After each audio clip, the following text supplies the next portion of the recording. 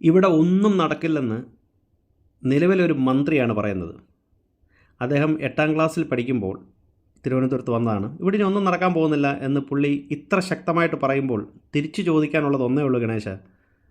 താനും തൻ്റെ അച്ഛനും തന്നേക്കാൾ കൂടുതൽ കാലം മന്ത്രിയായിട്ടിരുന്ന തൻ്റെ അച്ഛനാണ് ഈ നാടിന് വേണ്ടി, കേരളം എന്ന് പറയുന്ന ഈ 584 കിലോമീറ്ററുള്ള ചെറിയൊരു സംസ്ഥാനത്ത് വേണ്ടിയിട്ട് ഒരു തേങ്ങയും ചെയ്തിട്ടില്ല. കേരളത്തിൻ്റെ തെക്കേ അറ്റത്ത് കിടക്കുന്ന തിരുവനന്തപുരത്തിന് വേണ്ടി ഒരു കുന്തവും ചെയ്തിട്ടില്ല എന്നല്ലേ അതിൽ നിന്ന് മനസ്സിലാക്കേണ്ടത്? ആണോ അല്ലേ? സത്യം തുറന്നു പറയാൻ ഗണേശനെ കഴിഞ്ഞിട്ടേ ഉള്ളൂ. തിരുവനന്തപുരത്ത് BJP അധികാരത്തിലെത്തി എന്നൊക്കെ കൊട്ടിഘോഷിക്കുന്നു. ഞാൻ തിരുവനന്തപുരത്ത് 8ാം ക്ലാസ്സിൽ പഠിക്കുമ്പോൾ തിരുവനന്തപുരത്ത് വന്ന ആളാണ്.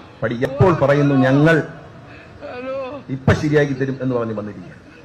ഇപ്പൊ ശരിയാക്കും, കുതിരവട്ടം പപ്പു ശരിയാക്കിയതുപോലെ ഇപ്പൊ ശരിയാക്കും എന്നാണ്. ഒന്നും ശരിയാവത്തില്ല. ആർക്കും ഒരു ആശങ്കയും വേണ്ട. ഇതെടുത്ത് റെക്കോർഡ് ചെയ്ത് വെച്ചോളൂ. 5 കൊല്ലം കഴിഞ്ഞ് വീണ്ടും കേൾക്കാം. ഒന്നും തിരുവനന്തപുരം സിറ്റിയിൽ നടക്കാൻ പോകുന്നില്ല. ബസ് സർവീസ് കൂടുതൽ ജനങ്ങളിലേക്ക് എത്തും. തീർച്ചയായിട്ടും എത്തും. 10 രൂപ ആക്കിയത് ഏറ്റവും നല്ലത്, ജനങ്ങൾക്ക് ബുദ്ധിമുട്ടില്ലാതെ പോവാം. ഈ ഇടറോഡുകളിലെ ബസ് ഒരുപാട് ഉപകാരപ്രദമാണ് ജനങ്ങൾക്ക്. ആണ്. എന്നെ സംബന്ധിച്ച് അങ്ങനെ തന്നെയാണ് ഞാൻ പറയുന്നത്. വളരെ ഉപകാരമായിരിക്കും. നല്ലൊരു കാര്യമാണ്, ഇല്ലെന്ന് പറയാൻ പറ്റൂല. മേയർ അങ്ങനെ നല്ല കാര്യം ചെയ്യണത് നല്ലതല്ലേ.